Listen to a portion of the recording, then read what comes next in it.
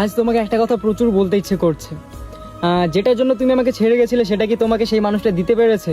আজও তো তোমাকে সবাই আমার বলেই চেনে। কই আমাকে ছেড়ে তুমি ভালো থাকতে পেরেছিলে? একদমই পারোনি। কারণ যখন তুমি আমাকে ছেড়ে গেছিলে তখন হয়তো ভেবেছিলাম যে আমি তোমাকে ফাইনালি জীবনে ছাড়া থাকতে পারবো না, কিন্তু দেখো এমন একটা পরিস্থিতি, এমন একটা সময় এসে দাঁড়িয়েছে, এখন তোমার সাথে কথা না বলেও আমি থাকতে শিখেছি। আর কি যেন বলেছিলাম তোমাকে, তোমাকে ছাড়া মরে যাব, তোমাকে ছাড়া চলতে পারবো না, তুমি আমার সব কিছু এভরিথিং। হ্যাঁ ছিলে, বাট এখন নেই, কারণ তুমি আমাকে বদলে দিয়েছো।